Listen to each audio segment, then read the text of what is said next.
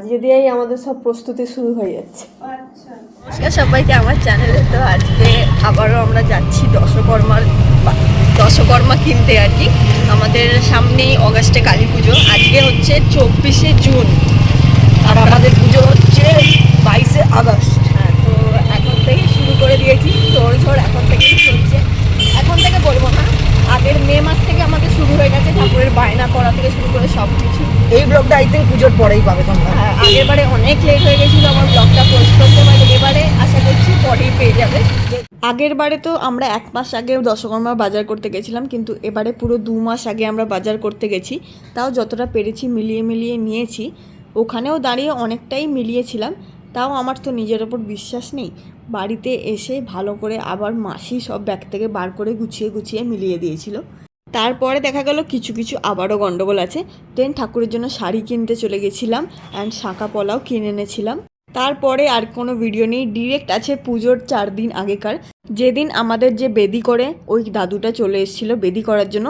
এবারে আমরা ভেবেছিলাম নর্মাল মাটি দিয়ে খালি বেদি করব, কিন্তু দাদু আসার পরে বলল ওভাবে করলে একটা ভেঙে যাওয়ার চান্স আছে, তাই জন্য আমরা আবার ইট দিয়েই করলাম। তারপরের দিন আমরা চলে গেছিলাম রিমাদির বাড়িতে ইনভাইট করার জন্য, কারণ এইসব কাজের মধ্যে অনেকটাই লেট হয়ে গেছে যেতে। একদমই পুজোর আগের দিন আমরা নেমন্তন্ন করতে গেছিলাম। কাকিমা অনেক খাবার দাবার দিয়ে দিয়েছিল, খেয়ে টেয়ে রিকোকে একটুখানি আদর করে বাড়ি চলে এসেছিলাম। এটা তার পরের দিনের ভিডিও, 21শে অগাস্টের, যেদিনকে আমাদের ডেকোরেশনের কাকারা চলে এসেছিলো। ওরা টোটাল 5 জন মিলে এসেছিলো আর আধ ঘন্টার মধ্যে আমার মনের মতো সাজিয়ে দিয়ে জাস্ট চলে গেছিলো। তারপরে আমরা বেরিয়েছিলাম আমি আর মেশো মিলে বাজি কিনতে যাওয়ার জন্য। তখনও আমাদের কোনো ঠিক ছিল না যে আমরা আদৌ বাজি পাবো কিনা।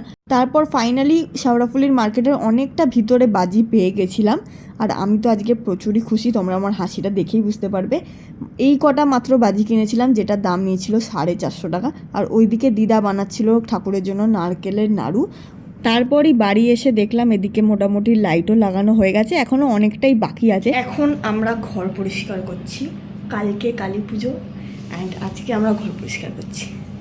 এগুলো সব বলির জিনিস। আর এই যে লেবুটা দেখছো, এটাকে আমি নিজেই বলি করে ফেলেছি, সেটা পরে বলছি তোমাদের। আর এদিকে মোটামুটি নাড়ু রেডিও হয়ে গেছিলো আর দিদা হাতে করে পাক দিয়ে নিচ্ছিল নাড়ুগুলো। দুপুরবেলা খেয়েছিলাম ফ্যানে ভাত, যেটা আমার প্রচুরই ফেভারিট, মানে আমাকে যখনই খেতে দেবে আমি তখনই খেয়ে নেবো, এরকম একটা ব্যাপার। আর এদিকে মেন স্পটলাইটগুলো চলে এসেছিলো, আর যেটার পরে ডেকোরেশনটা আরও সুন্দর লাগছিল। আর ওইদিকে সিঞ্জু আমার জানলা দিয়ে দেখছিল ঠিক আগের বছরের মধ্যে যখন আলো লাগছিল বাড়িতে। এবারে ডেকোরেশন থেকে লাইটিং পুরোটাই আমার মনের মতো হয়েছে, তো আমি খুব খুশি।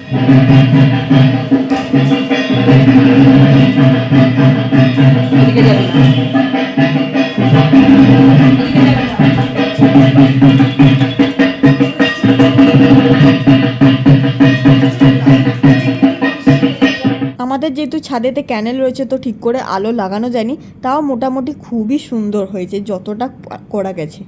মেন পুজোর দিন সকালবেলা আমি বেরিয়ে পড়েছিলাম শোল মাছ কিনতে যাওয়ার জন্য। আগের বছর তো একদমই পাইনি, এবারে আমার ভাগ্য খুবই ভালো ছিল যে বেল্টিংয়ে আমি পেয়ে গেছি, তাও 1000 টাকা কিলো, ভাবতে পারছো। বাড়ি এসে দিদা মাছ দুটোকে একটা হাঁড়ির মধ্যে রেখেছিল, আর এদিকে বাজারও সব চলে এসেছিলো। আর একটুখানি আমার কাছে দুপুরে সময় ছিল, তার মধ্যে আমি আবার নিজের ফুল নেল কেয়ারটা করে নিয়েছিলাম। তারপরে আবার মাসি চলে এসেছিলো শ্রীটা বানাবার জন্য। মাসি 2 বছরই বানাচ্ছে আর প্রচুর সুন্দর বানায়। শ্রীটা কমপ্লিট হয়ে যাওয়ার পরে আবার মাসি আমাদের বাড়ি চলে এসেছিলো আলপনা দেওয়ার জন্য, কারণ আমি এসব কাজে একদমই ঢ্যাঁড়স। যেহেতু তখন আমি ওই বাতাবি লেবুর মাথাটা কেটে ফেলেছিলাম, তার জন্য আবার পাড়ার একজনের থেকে আমরা বাতাবি লেবু আনতে গেছিলাম। আর এইটা হচ্ছে ফুল লুক আমাদের বেদি। বিকাল করে আমরা ভাইরা সবাই মিলে চলে গেছিলাম ঠাকুর আনতে যাওয়ার জন্য। আর এবারে ঠাকুরের মুখটা খুবই মায়াবী অ্যান্ড মিষ্টি হয়েছে, যেটা আগেরবারে খুবই রাগী হয়েছিল। আমরা সবাই দেখে আগেরবারে সত্যি ভয় পেয়ে গেছিলাম।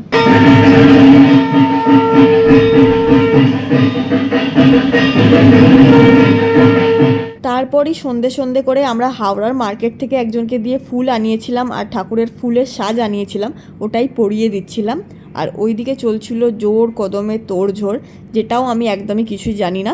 এদিকে ভাইরা বসে গেম খেলছিল, তার মাঝখানে আমি পরে নিয়েছিলাম হাতে পায়ে আলতা নিজের মনের মতো করে। তারপরে আবারও দেখি ওইদিকে পদ্ম ফুল ছাড়ানো হচ্ছে অ্যান্ড নৈবেদ্য সব ফল টল রেডি করা হচ্ছে। কিচ্ছু খাইনি বলে মাসি আমাকে একটু গ্লুকন্ডির জল গুলে দিয়েছিল। 8:30 নাগাদ মা আমাকে রেডি করে দিচ্ছিল শাড়ি পরিয়ে আর চুল বিনুনি করে। তার মাঝখানে আবার বক্সটা চেঞ্জ করতে চলে এসেছিল। তারপরই পাড়ার কাকিমারা ঠাকুরকে নমস্কার করতে এসেছিলো অ্যান্ড আমরা চলে গেছিলাম ঠাকুরমশাইয়ের বাড়ি থেকে ভোগ আনতে, কারণ ভোগটা ঠাকুরমশাইয়ের মা রান্না করেন। তো ওটাই আমরা টোটো করে আনতে চলে গেছিলাম, যেটা জল ছড়া দিয়ে নিয়ে আসতে হয়। বাড়ি এসে দেখলাম ঠাকুরমশাইও চলে এসেছেন অ্যান্ড ঠাকুরকে মালা পরিয়ে দিচ্ছেন। আর এবারে এতটা বৃষ্টি হচ্ছিল যার কারণে সব ধরনের মালা পাওয়া যায়নি, খুবই কম কম পাওয়া গেছে। কিন্তু ঠাকুরের যেটুখানি ইচ্ছা ছিল ঠাকুর নিজেকে সেভাবেই সাজিয়েছেন। তারপরেই আস্তে আস্তে সব কিছু নিয়ে আসা হয় এখানে। জিজ্ঞাসা করছি, আমাদের সব বন্ধুরাও আস্তে আস্তে আসতে শুরু করেছিল। শুধু বন্ধু বলবো না, অনেক দাদারাও এসেছিল। আর এইদিকে আমি বসে বসে এক এক করে ছাড়াচ্ছিলাম হচ্ছে যজ্ঞ ডুমুর ডাল, যেটা হোমেতে কাজে লাগে। বাড়ির ঠাকুরমশাইয়ের দিকে তাকিয়ে বলতে হবে নম সাধু ভবত আসতাম, আবার বলতে হবে নম। এদিকে মোটামুটি পুজো শুরু হয়ে গেছে। তারপরেই আমাদের ঠাকুরকে ঢাকতে হয়েছিল, কারণ ঠাকুরের প্রাণ প্রতিষ্ঠা হচ্ছিল, যেটা আমাদের দেখতে নেই। আর যারা পুজো দেওয়ার জন্য মিষ্টি দিয়ে গেছিলো, ঠাকুরমশাই আস্তে আস্তে সবার পুজোগুলো কমপ্লিট করছিল। আর এদিকে আমরা জ্বালাচ্ছিলাম 28টা ঘিয়ের প্রদীপ। দেন সবাই মিলে অঞ্জলি দিয়ে নিলাম। জয়ন্তী মঙ্গলাকালী ভদ্রকালী কপালিনী দুর্গা শিবা। এবার পালা ঠাকুরকে ভোগ নিবেদন করা, তাই জন্য আমরা একটা প্লেটের মধ্যে সব কিছু গোছাচ্ছিলাম।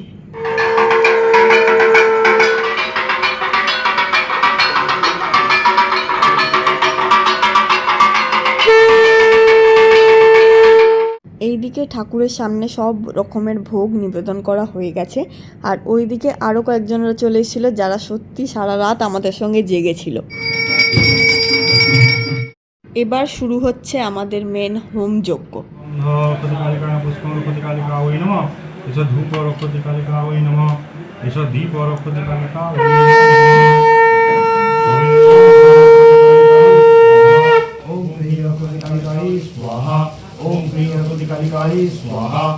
এদিকে আমরা সবাই মিলে বসে বসে পুজো দেখছিলাম।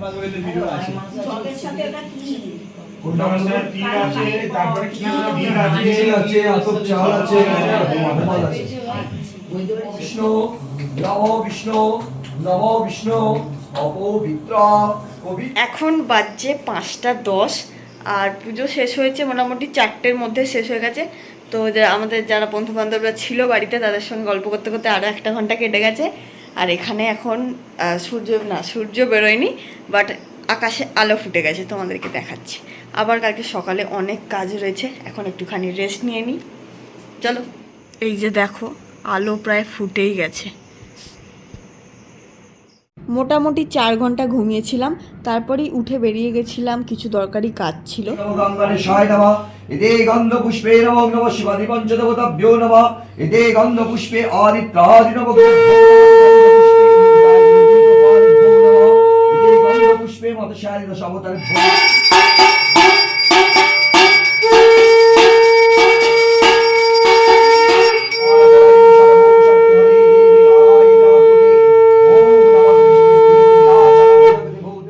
তারপরে আবারও বেরিয়ে গেছিলাম, কারণ আজকে দুপুরবেলার যে কটা বাজার বাকি ছিল ওগুলো করতে হতো।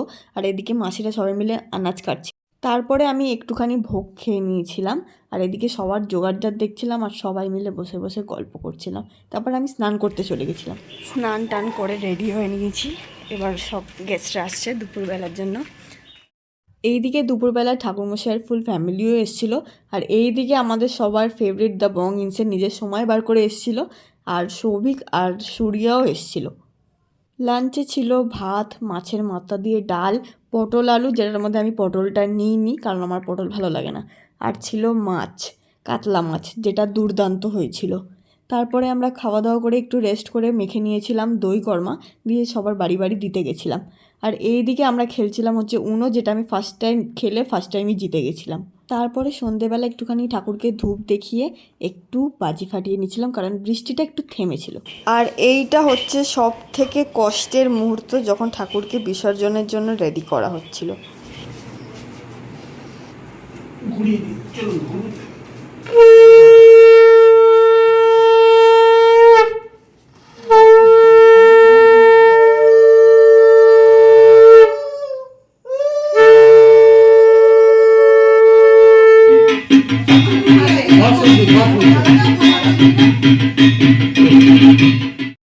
দেন ঠাকুরকে আস্তে আস্তে বাড়ি থেকে বার করে নেওয়া হয়। আর এবারে যেহেতু ভ্যান পাওয়া যায়নি তার জন্য টোটো করেই আস্তে আস্তে নিয়ে যাওয়া হয়েছিল গঙ্গার ঘাটের উদ্দেশ্যে। আমরা সবাই মিলে যাচ্ছিলাম, আর যেহেতু এবারে ঢাকি ছিল না তার জন্য একটা বক্স নিয়ে নিয়েছিলাম, বক্সেই ঢাক বাজাচ্ছিলাম আমরা।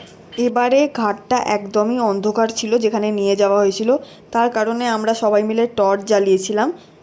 আর এই দিকে যখন পালা এসেছিলো ঠাকুরের গয়না খোলার, ঠাকুর একদমই আমাদের গয়না খুলতে দেয়নি।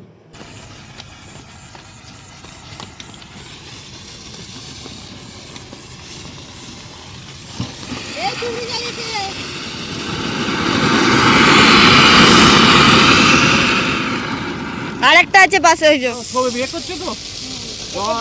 আজকে বছর আবার আসবে। আসছে বছর আবার হবে। জয় মা কালী, জয় মা কালী। আসছে বছর আবার হবে। জয় মা কালী, জয় মা কালী। আসছে বছর আবার হবে। জয় মা কালী। জয় মা কালী। তারপরে আমরা সবাই মিলে মাকে এবছরের মতো বিদায় জানালাম। আশা করছি আরও একটা বছর খুবই তাড়াতাড়ি কেটে যাবে। আরে আমি ওকে বলছি একটা ছাতা পর্যন্ত আনেনি, বৌদি সিঁড়ি দিয়ে নামতে নামতে ঠাকুরের মহিমা এমন বৃষ্টি থেমে গেল পুরো একদম। আবার ঠিক দোরগোড়া দিয়ে ঢোকালাম, বৃষ্টি একদম।